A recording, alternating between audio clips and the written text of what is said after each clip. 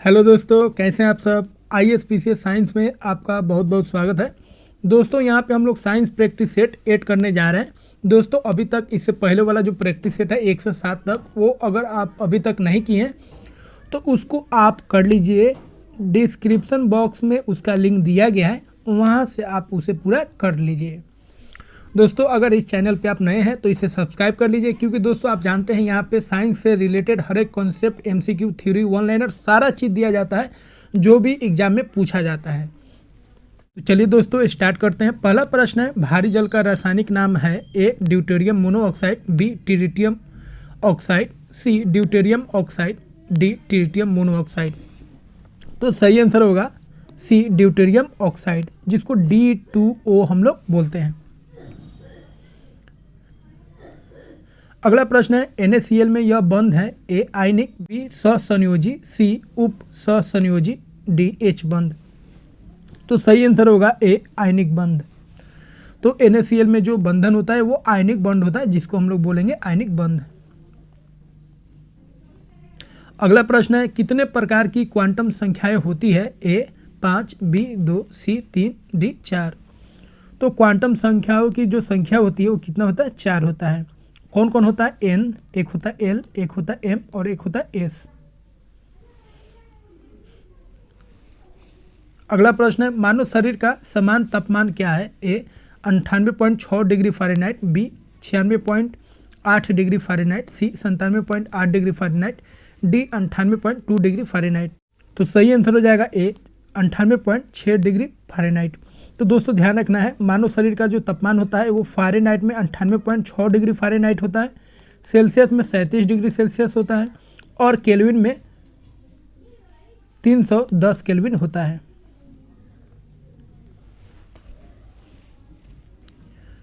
अगला प्रश्न है, वायु में प्रकाश का वेग सर्वाधिक होता है ए लाल रंग के लिए, बी बैंगनी रंग के लिए, सी नीले रंग के लिए, डी सभी रंगों के लिए समान।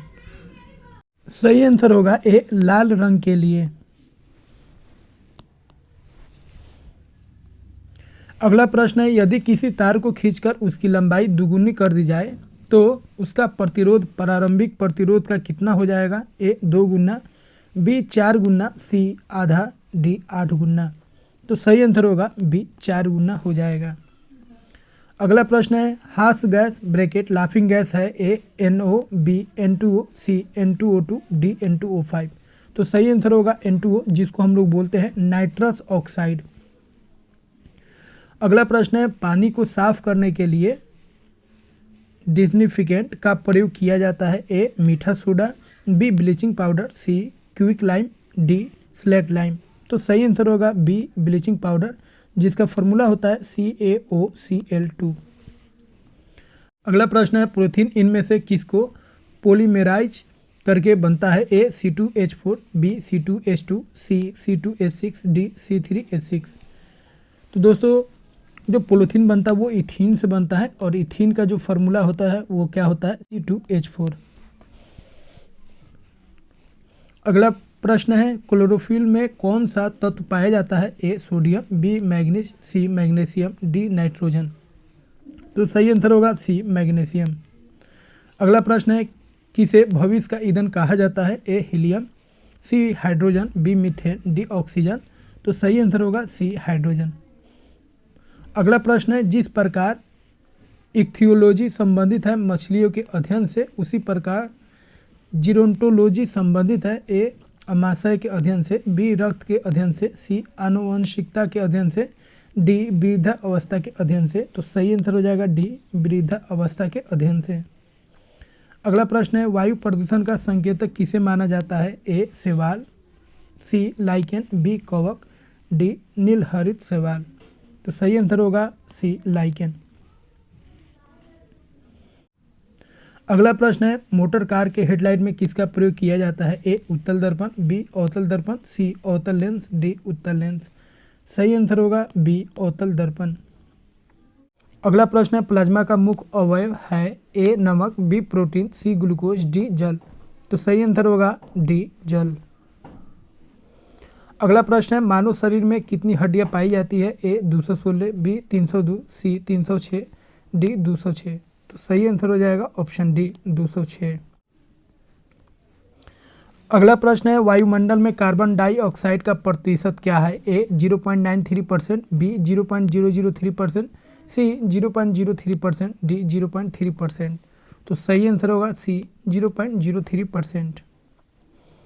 अगला प्रश्न है मानव शरीर में गुणसूत्रों के कितने जोड़े पाए जाते हैं? ए 21, बी 46, सी 32, डी 23।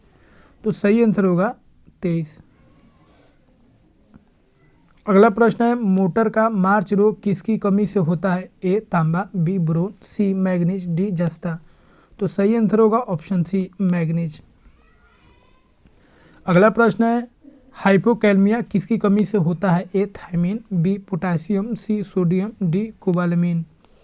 तो सही आंसर होगा बी पोटासियम।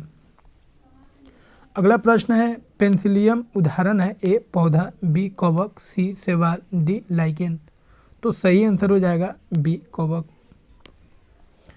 अगला प्रश्न है दूरबीन के खोजकर्ता कौन है? ए लिको हुओ Forest, C Morse, B Hans Lippershey, D Walter Hunt. तो सही आंसर होगा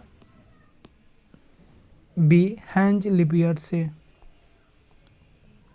अगला प्रश्न है गन्ना प्रजनन संस्थान कहाँ अवस्थित है? ए कोयम्बटूर, बी कोचीन, सी वाराणसी, डी कानपुर। तो सही आंसर हो जाएगा ए कोयम्बटूर। अगला प्रश्न है किस युक्ति में अस्थायी चुंबक का उपयोग होता है? ए दिक्सूचक, C dynamo, B galvanometer, D loudspeaker. तो सही आंसर हो जाएगा सी डायनेमो।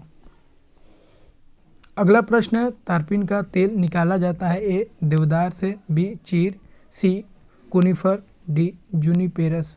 तो सही आंसर होगा बी चीड़ से।